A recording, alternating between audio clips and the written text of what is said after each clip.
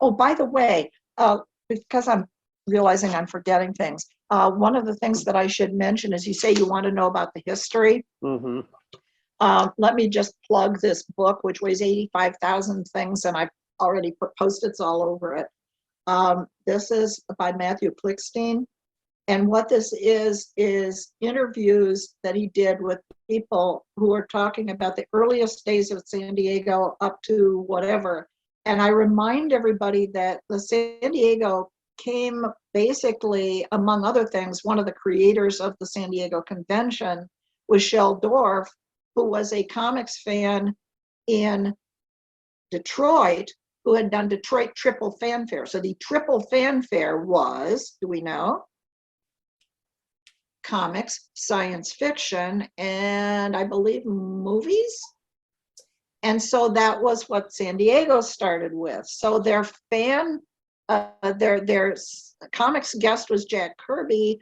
Their science fiction guest was, no, I think the movie guest was Forey, though. Well, Ray Bradbury, I think, was, anyway. Buy the book, and you can, yes, Detroit Triple Fanfare, yes. And this is, I was not clear. So it says an oral history, and I go, well, is it a audio book or whatever the hell?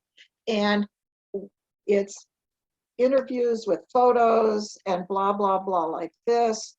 And my Post-it notes are the ones where I'm quoted. So Klickstein transcribes stuff, but you can find this on Amazon. Fantagraphics has, yes, I'm sure Greg Bear was, yeah. Shel Dorf was not the sole creator. Please understand, Shel Dorf was not the sole creator, which you will find out if you get a copy of this. But in Detroit, I think we went to 2 or 3 of the Detroit conventions, and I believe took our son and daughter with us, but of course I'm not checking my thing and I can't, I don't know. Anyway, yes.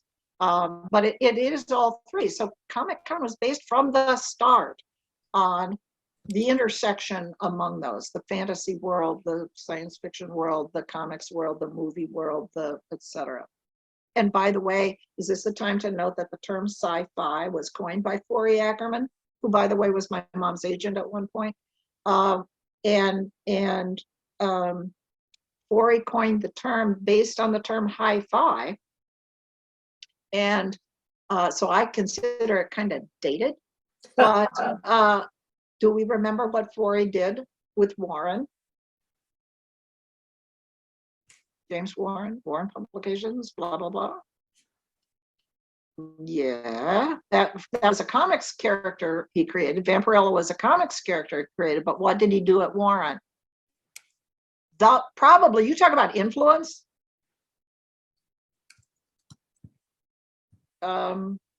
Famous Monsters of Filmland, which referred to science fiction eternally as sci-fi.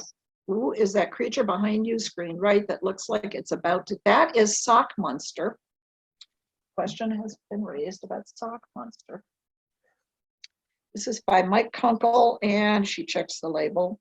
Randy Heuser, and it says, the legend of Sock Monster, till things lost are found. Come follow the adventures of a boy named, etc., etc. It says, have you ever lost something? A key, a coin, a sock? If so, welcome to the land of Sock Monster.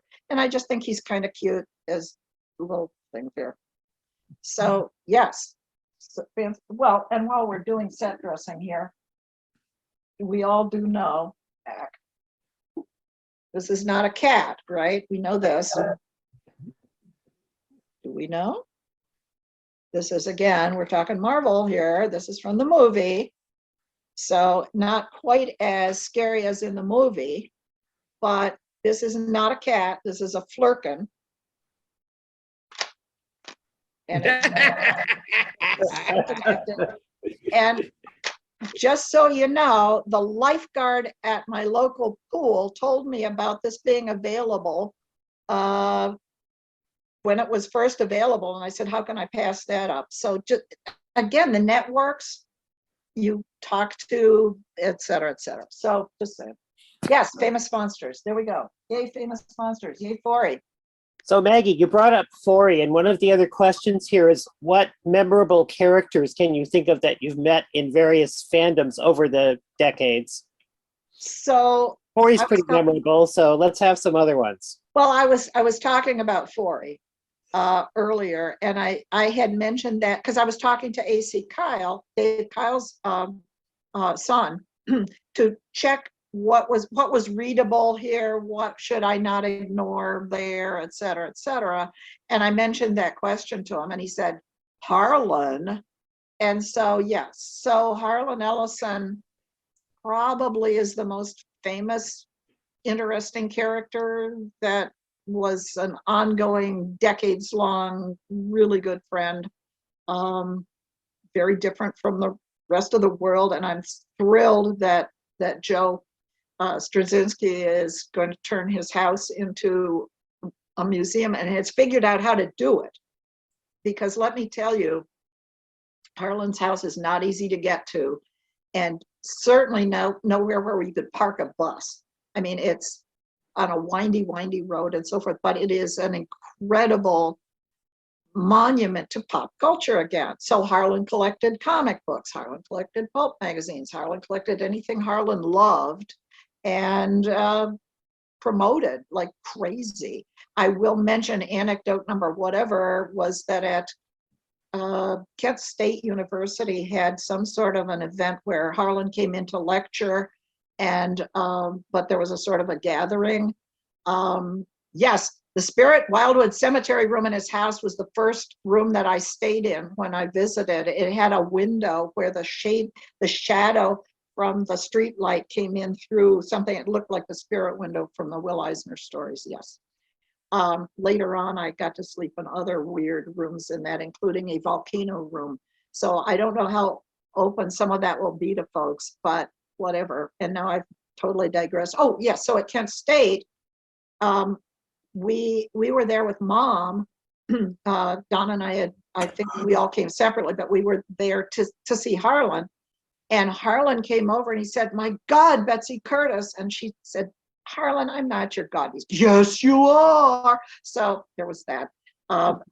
One of her first pieces of fiction ran in Dimensions, which is one of the stories that she wrote that I don't have, which would have been pre-1960, whatever, because it was his fanzine was so fat that the staples wouldn't hold it together. I remember that. So that was 19 whatever the hell, 55. So I think that was along about 1954 she contributed to Dimensions. But yeah, we do. Actually, I was working on a Betsy Curtis anthology, and I've got everything typed in. Most of it's rough edited, and I dropped the ball completely, so I haven't done anything more Harlan stories. Gosh. Okay, so here's a Joe Straczynski story. This is the only time I met Joe, and I'm calling him Joe, just feeling the power that I'm in an interview, but I don't know him that well, and he's fantastic. So everything he's ever done is fantastic. But Harlan, and yes, J. Michael Straczynski. So Harlan said, whenever you visit Harlan, it's like, let's go out to dinner. We'll have fun. So he and Susan and I went out to dinner with Joe, and I think Joe's wife, I don't even remember. There was a small group of us anyway. And we are sitting there in an upper level, and Harlan looked over and he saw that this was one of those restaurants that has a thing with a strolling magician who's going from table to table doing magic tricks. Harlan is a huge magic fan, which means he doesn't like to see non-expert magicians. He only wants the best of the best. And he's cursing Harlan-esquely, and he goes, "Oh," he says, "he's going table to table. This is going to be terrible. I don't want him to come to the..." I got it. And he dashes off, and we're all kind of looking at each other. And he comes back, he says, "Okay, I've done it. I've settled it. The guy's not going to come in. It's great." And Joe said, "What did you do?" And Harlan said, "Well, I told him that your father had been killed by a magician. And if a magician came anywhere near you, you would go berserk. And we couldn't be held responsible for what happened. And Joe said, quoting, "Another restaurant I can never go in again." So that's my story. And it was one of those, you ask for memories, there's a memory. Oh my gosh. So yeah, and it's a Harlan memory and a Straczynski memory, and it is so wonderful that he has absolutely taken the grasp of things and is preserving what can be preserved and using things to finance it. And people are going, "Oh, you shouldn't sell this because it was precious to Harlan." Geez, let's keep it the way it is kept going. This is not going to be a profit-making endeavor. This is going to be something that has to be supported. I haven't quite figured out, because I don't do Patreons.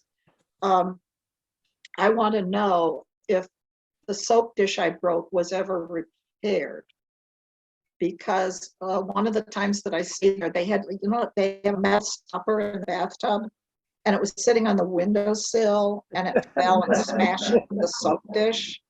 And I said, "Oh my gosh, Harlan, Susan, I'm so sorry. I'll pay for the repair." And they go, both of them go, "Oh, no, never mind. We'll have that done. We'll have it done. No problem. No, oh my gosh." So the next time I came there, had the soap dish been repaired? No. So is it being preserved as the Maggie Thompson broken soap dish in this building as another historical point of interest? Or can I pay and have it repaired because they deserve to have a good soap dish in Alice in Wonderland? So there's that. So Maggie, one of the questions that's of interest to me is comics fandom in the 1960s, which I was a little bit on the edge of. It seemed like, well, Bill Shelley called it the golden age of comic fandom, and it kind of got a little less fun maybe after the early days of like digging everything out. Do you know how it came about, and do you have any thoughts about how comic fandom changed? It changed because more people got interested in it, and it wasn't our private club. Everybody, let's keep in mind, Frederick Wortham said that comics might cause juvenile delinquency, whatever, because all the juvenile delinquents he worked with in Seduction of the Innocent, the juvenile delinquents he worked with had read comic books. Therefore, comic books caused them to be juvenile delinquents. Well, they also drank milk, but so we had this memory of the comics we used to read, and the comics code came in, so things changed. But we had the nostalgia. But everybody read comic books in the 1940s if you were a kid. And so it wasn't a private club. Everybody read comic books. Did you read enough of them to care about them enough to try to find out more once you didn't have them anymore? Because the other thing that I found out did come from that whole Walt Kelly Animal Comics experience, which was if you saw it on the newsstand and didn't buy it, and you thought you could go next month and it would still be there, not only would it not be there, but you couldn't find it at the library. Other people threw it away. Nobody took care of them. Why would you take care of it? It's a comic book. It's meant to be discarded. And so the people who still had the comic books were the ones who were crazy enough to take care of them, keep them, share them, as my mom and dad did with the Walt Kelly stuff. And given that, it's what I did. And so, yeah, it cost a dime, but you couldn't get it for $100. Well, not that we would have ever done that, but goodness gracious. And at one point, Don and I, when we were living, no, it was before we got married. It was 1961. I visited him in Cleveland, and we went to Kay's bookstore, which, by the way, Harlan had worked for a few decades earlier. It was a bookstore. And they had this huge display table, and we went through all the comic books that were there, because I think there were 3 for a dime. And we pulled out the ones that we wanted. And we had spent, I don't know, an hour and a half, something like that, going through them. So we take them up to the checkout desk, and the guy who'd been bemusedly looking at us doing this said, so you like comic books? Yeah, yes, we do. Well, we have, it was almost literally under the counter. It was behind the counter. So we went behind and they had Golden Age comic books from the 1940s for a quarter. I think some might have been 50 cents. And I'm going, that's got shut up. And as we're pulling out our gang number one, for example, it was like this moment that you always remember. It's like, oh my great gobs of goo, what the heck? And so, yeah, and we I don't know how, we didn't have a lot of money with us, but was like, yeah, okay, we'll buy these. And trying not to take ones we didn't care about, because somebody who did care, the person who does care should be able to get their stuff. So we bought some. Then I said to Don, we had a joint checking account at that point. So we were engaged, but this was the year before we were married. And so I said to Don, you're going to go to the bank on Monday, right? And he goes, oh, yeah. So he went to the bank. He took out more money, went back to Kay's on Monday and bought some more comics. And the guy said, oh, you should have been here last week. This couple came in and they bought a whole bunch of comics. And it's the first time we ever beat ourselves to a treat. Just saying. So how about you being a professional? One of the questions is, did you aspire to be a professional? I wanted to be a big name fan. Oh, I did. So not what happened was we were totally fans, which is to say we also did some freelance writing. So we wrote, I mean, Don had sold, I think Don sold one story to Venture, and we would send stuff out and it would get rejected, etc. But we also were working for, we did articles on science fiction for the black and white Marvel science fiction magazine. And we sold one story, and I'm not going to move the camera around because I did that last week, but we did the script to, yes, Kay's was a two-story shop in downtown Cleveland, absolutely. Yes, that's exactly what Kay's was. And the comics were, I think they were upstairs. So anyway, now I've lost my anecdote again. Oh, so we sold at least one, maybe more stories. So we did Van Vogt, Enchanted Village, to the Black and White magazine, and Dick Giordano did the art, and that was a challenge and a half. So if you can imagine, the Enchanted Village is described as a place where there's no distinguishing characteristics, everything's smooth and whatever, and Giordano made the art interesting, which is an incredible accomplishment. But then we also explained they ran an adaptation of The Black Destroyer, which we didn't do, but he asked us to write an explanation of the story because he didn't understand it. So we did that kind of thing, freelance writing, freelance articles, freelance stories. We did one time travel story that I have over here that, for heaven's sake, Lee Elias did the art, and just it's the most beautiful work because I've always loved Lee Elias's work, et cetera, et cetera. But we were fans. And so what happened was we were doing fanzines, and we did Newfangles, which was a newsletter based on Fanac, but it was for comics fans. So it was the fan news in comics. Who was married, who was having babies, what's a new address, here's news. Well, eventually people started feeding us actual news. So one of the articles that we wrote was disproving the rumor that Stan Lee had been fired from Marvel because he paid his relatives and wasn't paying other people. And so we contacted our news. I said, we'll track down this rumor. And I called Marvel, and Stan answered the phone. And so I said, well, that kind of takes care of the rumor right there. You haven't been fired. And So that was one of our news. So that was the kind of thing we were doing in Newfangles. And we kept getting more and more and more professional news. We did get hoaxed once and learned not to trust that person again. Basically, it was just somebody reviewed a comic book that didn't exist. And eventually, what happened? Oh, so here we were, parents, we had lives. Don worked at the Cleveland Press, and we were doing Newfangles, which is had started out as a single sheet, and that was multi-pages. The subscriber list was growing, and it was about 1 o'clock in the morning, and we were addressing, and we'd already collated, but we were addressing and stamping copies of Newfangles to be mailed out. And we're sitting about as far apart as I'm sitting from my screen here. And suddenly, as I say, this is like 1 o'clock in the morning. Here's what happens. Don is sitting across from me and goes, "Ah!"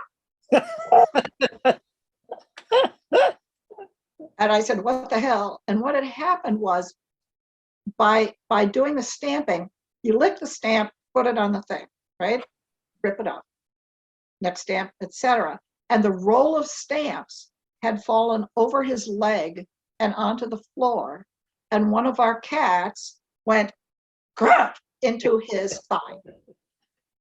And we said, "We're mom and dad, and we've got work, and screw it. So how are we going to stop publishing Newfangles and teach these comics fans who are mostly little kids by this point? I mean, they're like teens. How you stop publishing something. You don't just run off with their money. If you're not going to stop publishing, you warn them, you refund any overage, and then you do a countdown to your last issue. And our last issue was December of that year. And so, and we actually had, as I say, we had a countdown. Remember, there's this number of issues left, and your subscription ends with whatever. We did all that stuff. And this high school kid named Alan Light said, had his job delivering newspapers or something. And he said, "Look, you don't like all the details of mailing and whatever." He said, "But I've got this money I've saved for myself for my summer job." That was it. And he said, "How about if I take that duty over and you continue to publish Newfangles, because I love it?" And we said, "No, get lost, kid."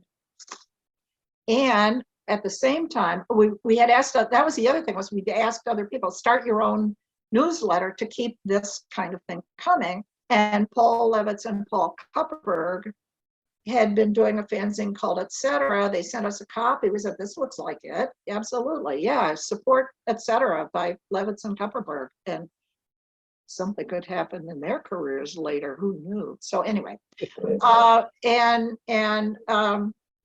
so having told Alan Light to get lost, he had this money and he wanted to do a publication. So he created his own publication, The Buyer's Guide to Comic Fandom, based on the Buyer's Guide shoppers that are in many small communities.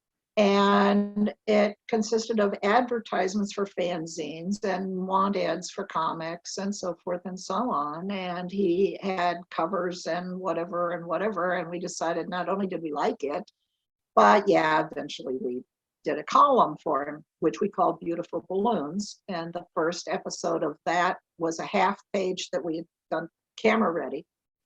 And it was Beautiful Balloons. And this was at the time of the pop song, Up, Up and Away in My Beautiful Balloon by was it Fifth Dimension? Anyway, somebody did.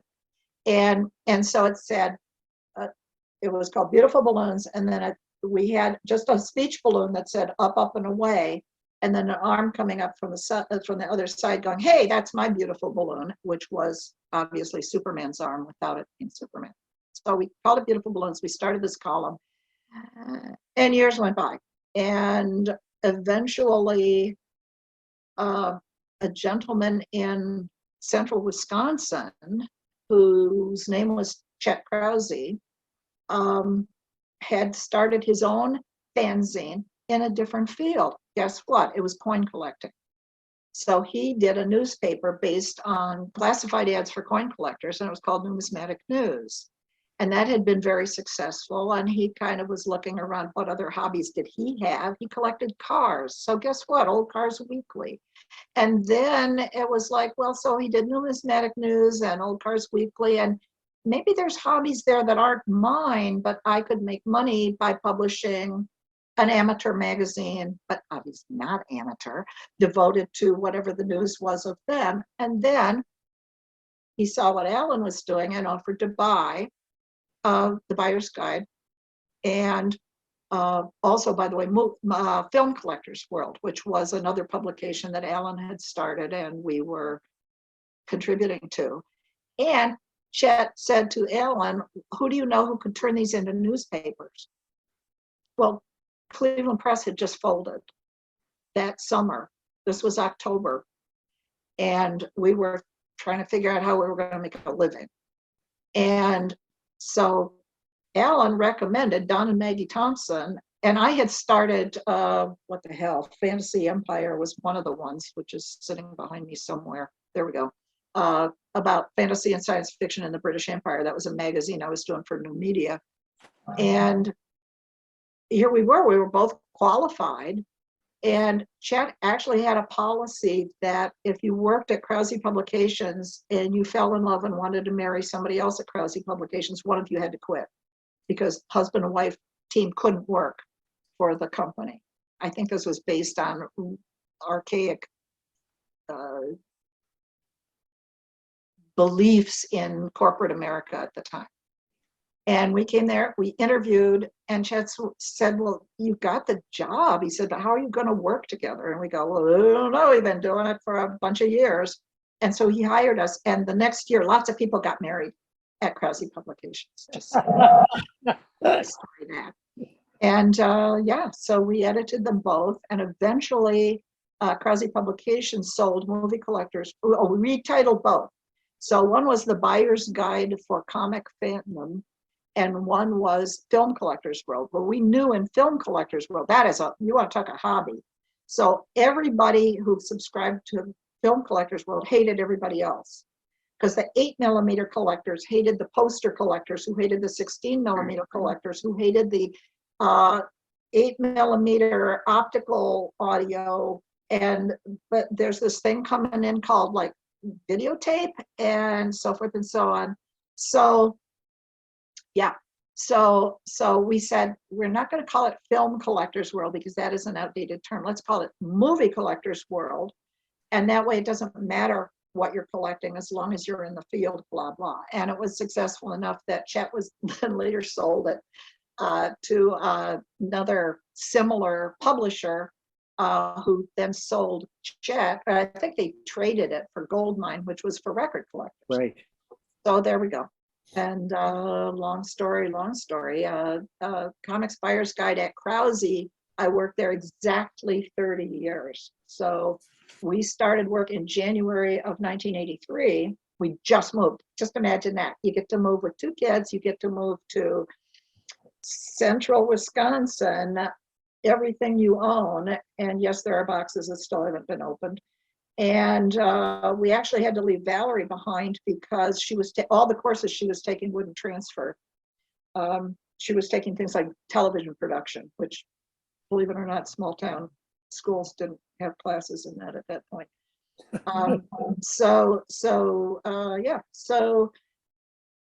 But this is, Iola was a fantastic place. And one of the things we were told, you think, oh, I'm moving to rural Wisconsin. So these people are just, who are these people even going to be? We walk in and somebody's talking about going to a convention in Europe, and somebody else is talking about, oh yes, well, when I was in Washington, DC, talking to Congress, blah, blah, blah. And it was like, oh, because each fandom had its own representatives and its own activities around the world. At one point, there was an in-house newsletter. And so one of the editors thought a cute question would be, well, who's met the most famous person? What employee at Krause Publications has met the most famous person? I did not even participate because I'm sorry, I have had dinner with Stephen King, so nobody could possibly compete with me. Well, it turned out that the guy in the office down the hall had met the Pope and all the Kennedys. So it seemed like a rural outfit. Is very cosmopolitan.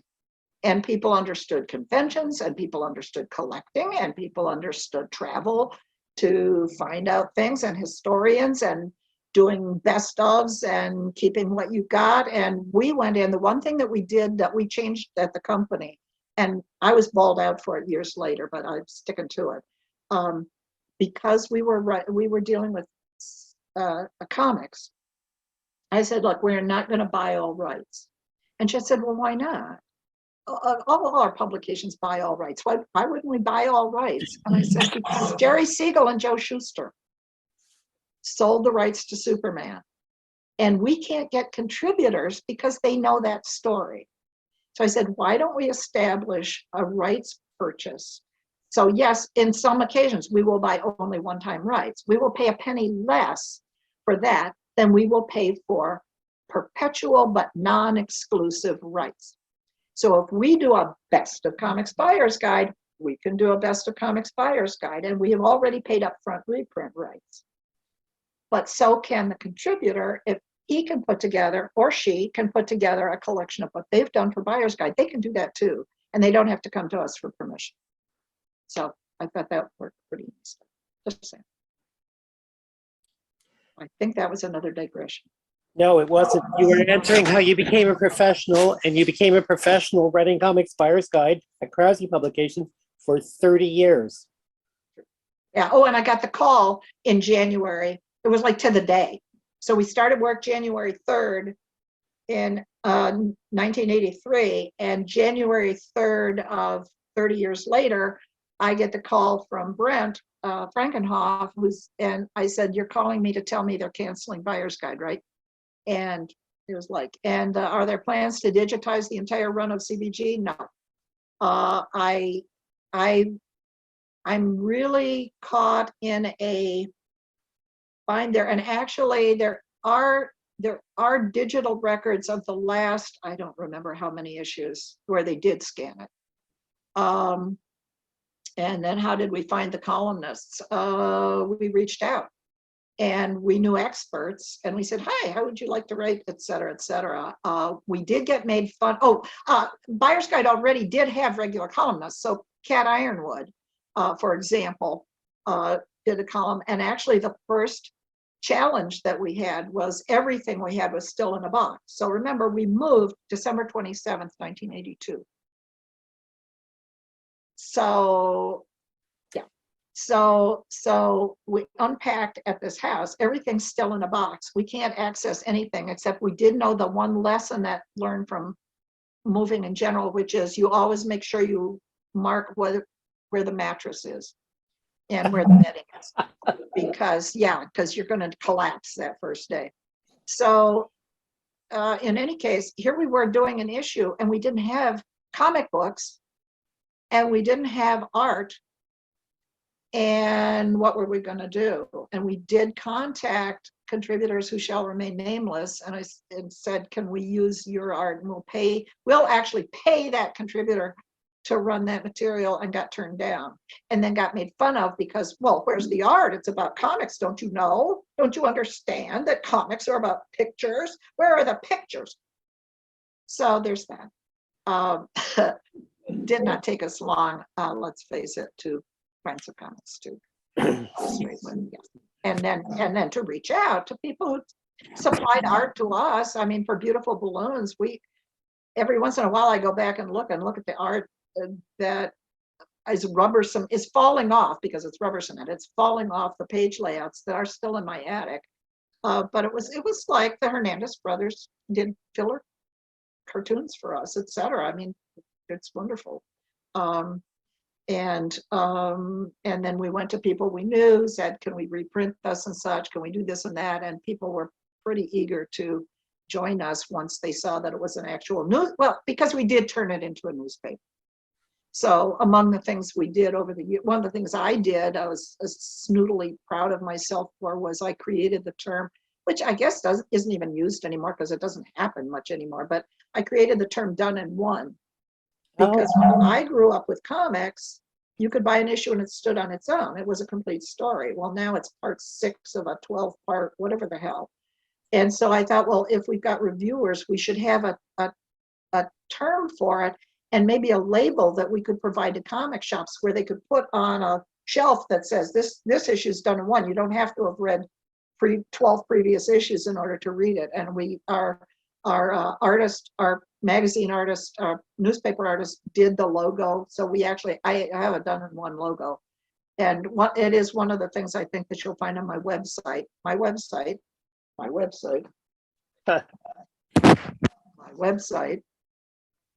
If you check it, yes, that's my website. And I'm being very subtle. So not only do you need to, one more plug. Ugh! She said dropping. I'm telling you this is heavy. So you need to see you in San Diego, which is, I saw it on Amazon. What can I say? And also my website.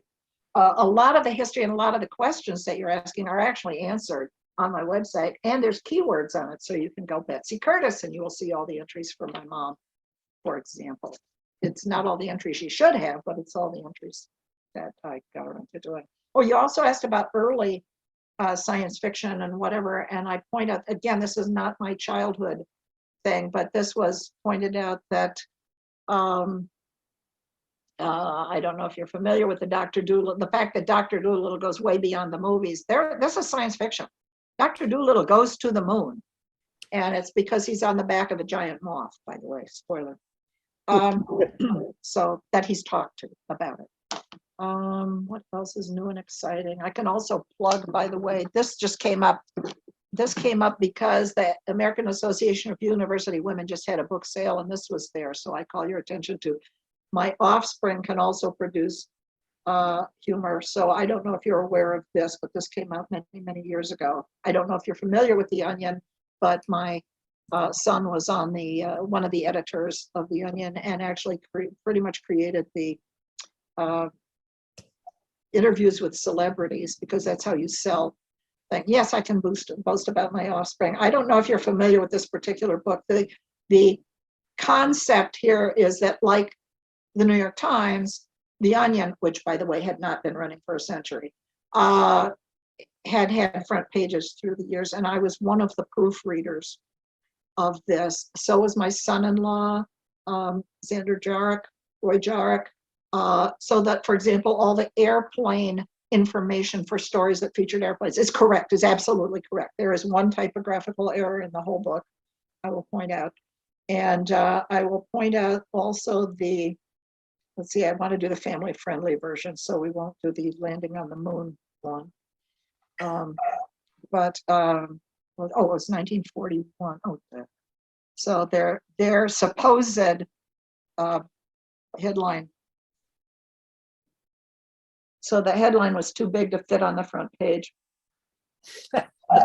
So it's noted if you're unfamiliar with The Onion. There we go. What else? I could wave in other fascinating whatevers.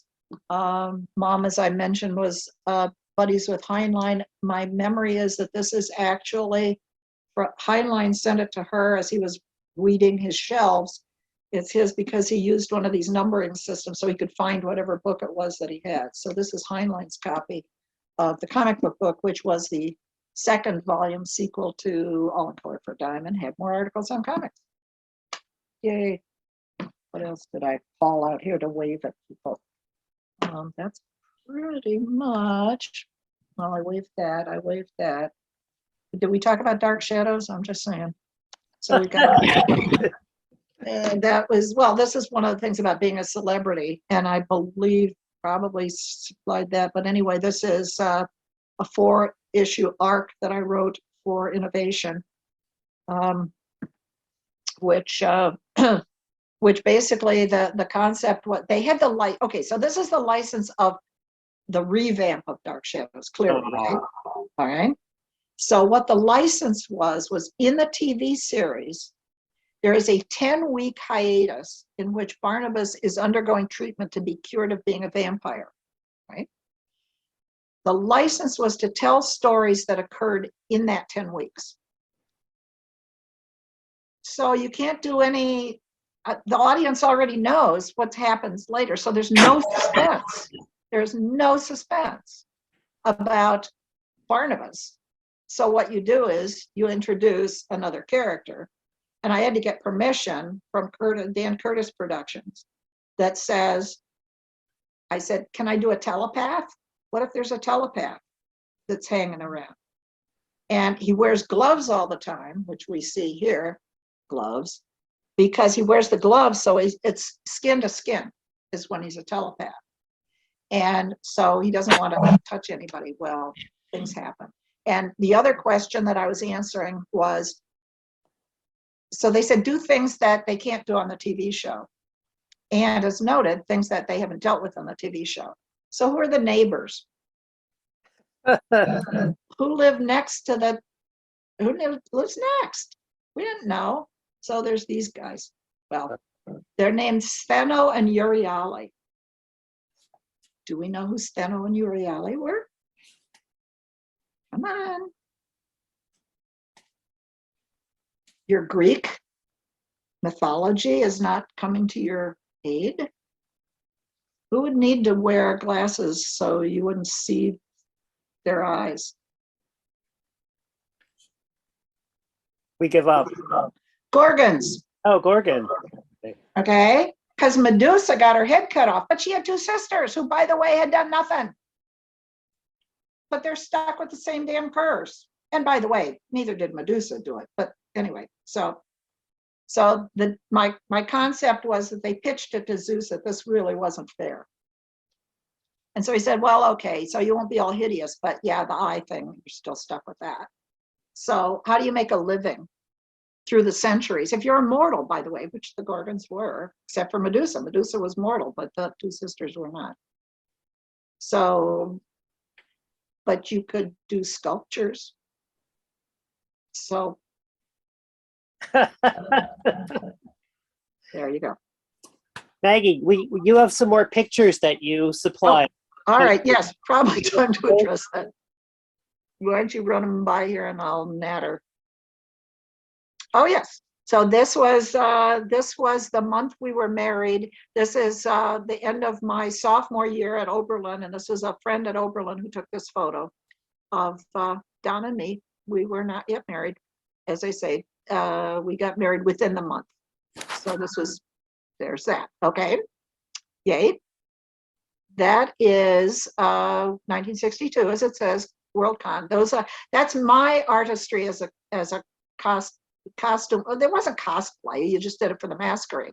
So that's Ibis and Taya, which we grew up reading in the Fawcett comic books. Because let's face it, those are not tough costumes to make. But just saying. So there's that. Me as a costumer, that's it. That's my total career. Okay.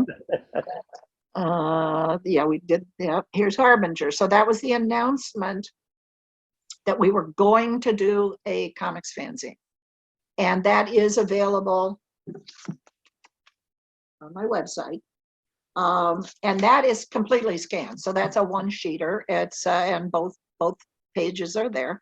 And as noted, this just says we're going to do it. And the cartoon is by me and the text is by Don. And I can still cut mimeograph cartoons. I believe I've mentioned that already. By Great Art. Okay. And okay, so this was one of the projects. As we're all talking about history, this is one of the things that turned us from just being, well, it was still a damn fan project. So what it says is, you know, why do I have little Lulu? How many issues were there? I'm reading 165 and it's dated 1947. He's got 153 and it's dated 1961. What the hell? And so we discuss the fact that Dell Comics did special issue numbers. So what were the titles on all the numbers? And then as it says, write to Dell and ask, because let's face it, that's what fans do. Give us the information. We wrote to Dell And Dell, as it says there is no available, that is a quote from the letter we got, although it didn't end up saying love Dell. They said, no, we don't have it. The only way you can do that is to make it yourself. We said, so we'll compile it ourselves. How long could it take? You don't have the second page there, which I believe boiled down to 8 years. And in our fanzine, in Comic Art, we would do a list of, please, if you have information on these numbers, we still don't know those numbers. And then when Bob Overstreet went to do his price guide for comics, we provided the list of Dell numbers. So sure, you can use the list we compiled. And that's what we do, is we all study together. And if we study together, we can have a history. So that's lesson number 85. That is, and I don't know the year, but that's wonderful. Dick and Pat Lupoff and their son Ken is on the far left there. And it was one of the comics buyer's guide things. And by the way, the sheet on the left as we're looking at it, I now have, because that was on plastic that we had in all our displays. Well, guess what? We didn't need anymore. So I actually do have that hanging in my bedroom, just to remind me of all the things I had. Those are all from our collection, shot at a setup at Krause Publications, which also, as you can tell there, also did Toy Shop magazine. So there we go. This was at Comic-Con in San Diego, and I think we're all looking pretty spiff there.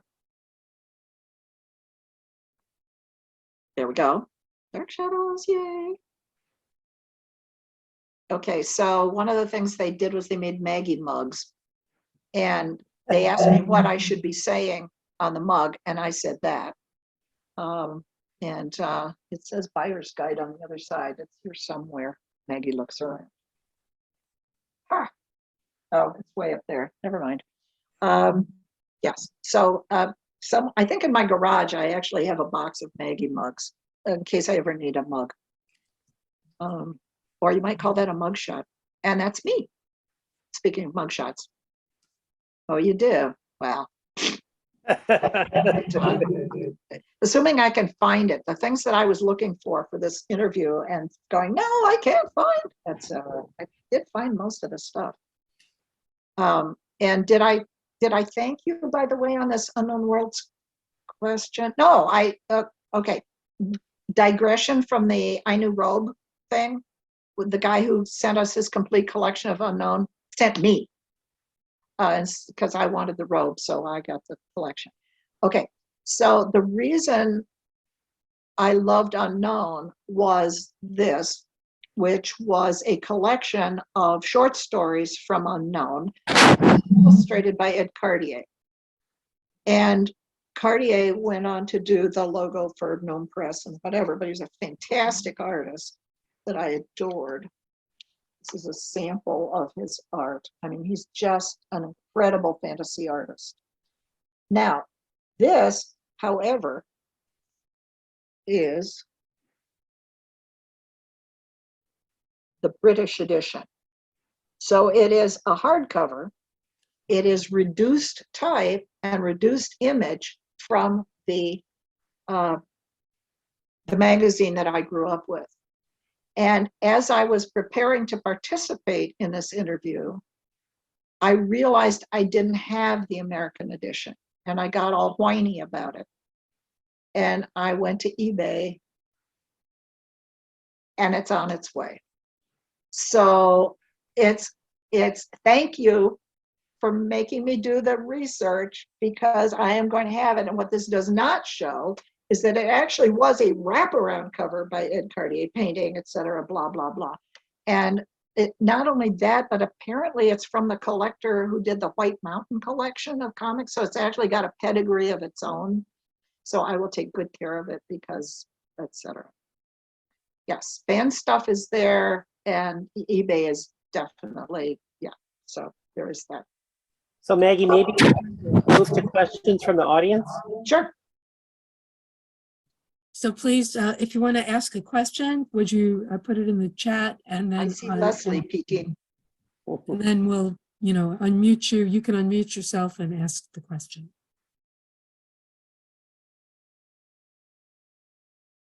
While we're waiting for questions, Maggie, I got to tell you, this is fabulous. Thank you so much for doing research to be interviewed. That's above and beyond the call of duty. All about the history, right? All about Josephine the Tay, history. Daughter of Time. Do we know Josephine Tay and the Daughter of Time? You don't know the quote? Leslie's nodding. Do you know the novel? It's a mystery novel. Okay, everybody needs to I wrote read. about it in my fanzine. There we go. And where is Leslie? I heard Leslie, but I didn't. Well, anyway, yeah. Okay, wait. So there was a question there. Here's Leslie. Leslie, tell us about Daughter of Time. It's about Richard III, and its truth is the daughter of time, and did he really kill the princess or not? You could write about anything in fanzines back in the 70s. Absolutely. Okay, and now we had another question that came and went, and it was something No, about it's- advice. Yeah, that's from Jerry. And I'm wondering, what advice do you have for anybody interested in looking at getting into fandom today? You know, it's so big and everything. So Wow. Start with your local shop. Support your Mhm. local shop. Buy stuff at your local shop. Mask for cry. I am the only human being on the planet who's still masking.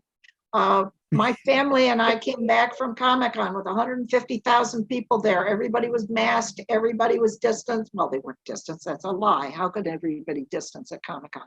But masking, wash your hands. Sorry. But anyway, yes, support your local shop. If there's club meetings, you can move the chairs away so you're properly distanced. Talk, write. And by the way, I think they have something called the internet. And there, I think, etc. One of the interesting things you can do is also connect with, as we're seeing, people not necessarily in the US. So for example, back in the days of comic, back when we were in Ohio, we went to Toronto. So Captain George's, what the heck was it called? Captain George's Penny Dreadful, but he was on Markham Lane and he had a comic shop there, and he did 2 different fanzines that he gave to subscribers and whatever, and that was multiple pop culture too. So he had an expert on, I think, movie serials and so forth and so on. Anyway, but I mean, I'm a fan of British video, which they're not making completely available, and it makes me crazy. And I will say that in excuse me as I check, it was Penulticon. And of course, I've forgotten when that was, and we're not checking our references there. But at Penulticon, which was the year before Denver had the Worldcon, we were guests there, and somebody at that convention, we'd alternate looking out for the kids. And so this guy said, when Captain George's Swiss Bank, thank you, yes.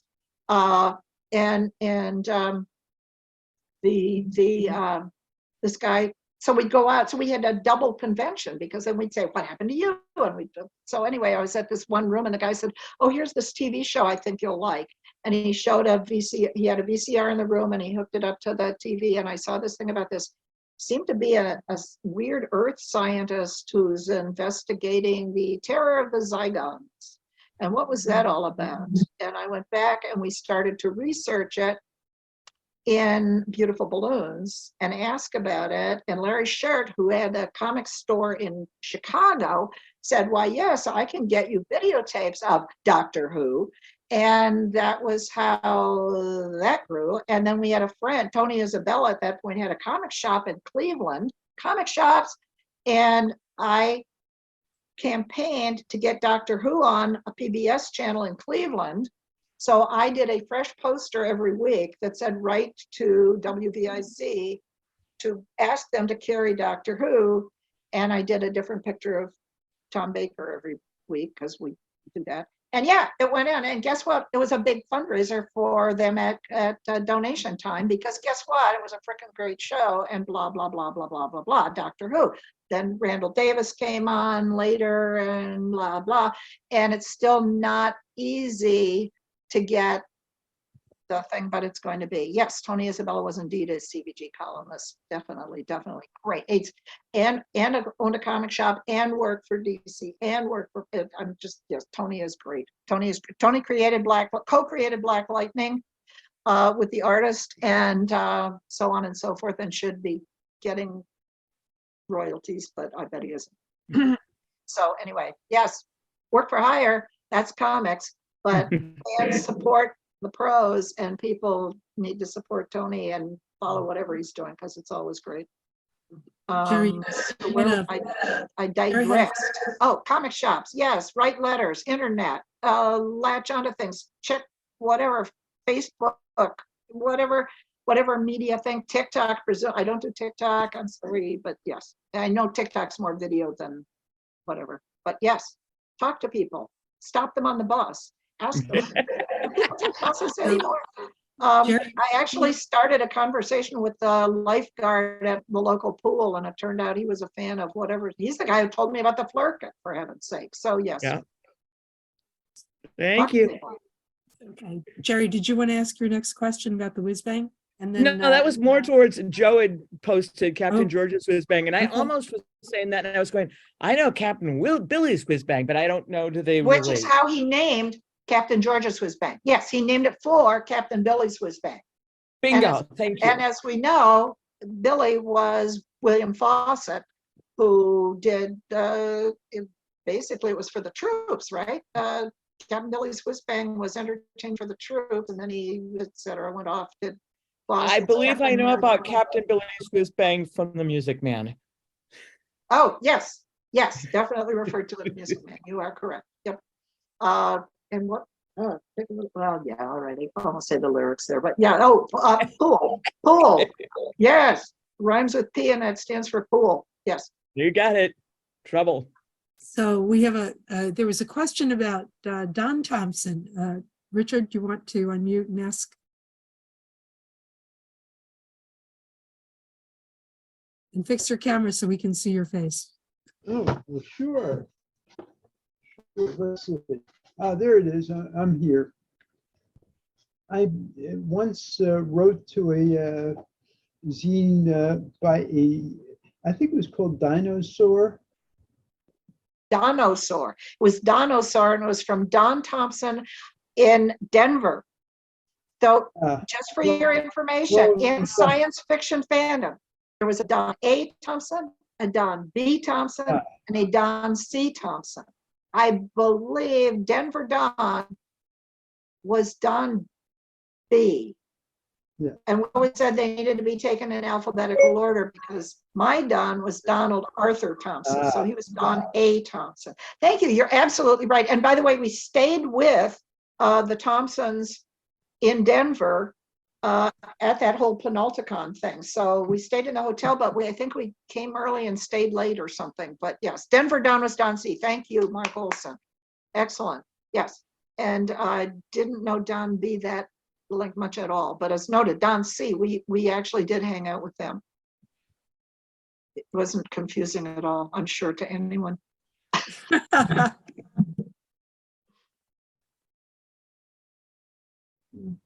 Do we have other questions?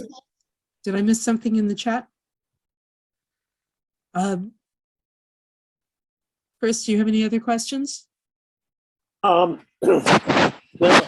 here's a question from Joe Ciclari, who wanted to know about your memories of other people in comics fandom, like Roy Thomas. Did you ever have anything to do with Roy Thomas? And we also had a question about if you have any memories or stories about Stan Lee. Oh, yeah, and you had mentioned that. My Stan Lee story is actually at a link that I think I sent. If you Google Maggie Thompson, Stan Lee, antique trader, those three, my article about Stan Lee will come up, that I ran in Buyer's Guide, and I wanted it preserved. So when Buyer's Guide folded, they took down our website, but we switched it over to Antique Trader, and it was about the job of being an editor. And Stan was too busy. Well, I say it in the article. Stan was too busy to see us. On the time when we went to New York and we visited all the offices, Stan was too busy to see us. But Stan has always been a friend, had always been a friend. He was wonderful to us, and he was really busy. Stanley anecdotes, well, as I say, they're in that story that I will just mention. So with accompanying that article is a photograph at Comic-Con of Stan waving at me as he's going by a car that's painted with Marvel stuff. Yeah, somebody just popped up with the website. And basically the security guy in front was saying, you can't take that photograph. I thought, this is a parking lot. Yeah, I can take the photograph. And I took the, and he goes, hi, Maggie. And we went on about our business. And he really knocked himself out to be that guy that everybody needed. Well, okay, here's a Stan anecdote. When Don and I wrote a fan letter about Spider-Man, we would talk about things and then turn it into a letter, and we realized Steve Ditko's art always had seemed quite stiff. So everybody's kind of standing like there. The women all have football helmet hair, business suits, very, and here's Spider-Man. And it's as if Ditko's reacting to his own style by saying, I'm going to take all these stiff characters and Spider-Man's going to swing through it. And then he did Dr. Octopus. And again, you've got the arms coming like that. So everybody step up, look at the contrast with Dr. Octopus. And then the Vulture. So you got this old guy and he's got the wings, and the wings are flying. So it's wonderful how that Ditko does to his own. And we wrote a letter of admiration to Stan about that. And Stan passed it on to Steve Ditko. And that started a lovely interchange, just saying. But the passing on compliments was one of the things that Stan did. And other people had done it too. Harvey Kurtzman did it with Help, where I had written a letter because in Help, Kurtzman was running Paul Coker cartoons, and I love Paul Coker's material. And again, he passed it on. He ran the letter in Help, but then he also passed on contact information from me to Paul Coker, who sent me a drawing of, which unfortunately is in an art file right this minute, but it was I'm me standing there looking all cute, and he is kneeling in front of me, and he says, kissing the foot on which you used to walk to the mailbox to write the letter. This is the kinds of things that thoughtful editors do, is put people in contact with people who are their fans, if everybody's lucky. And that's a treat, just saying. Did that answer any sort of a question? Sure. That was a very sweet story. Yeah.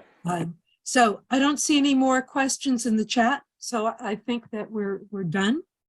Maggie, thank you very much for doing the research and coming to be interviewed. And Chris, thank you very much for conducting the interview.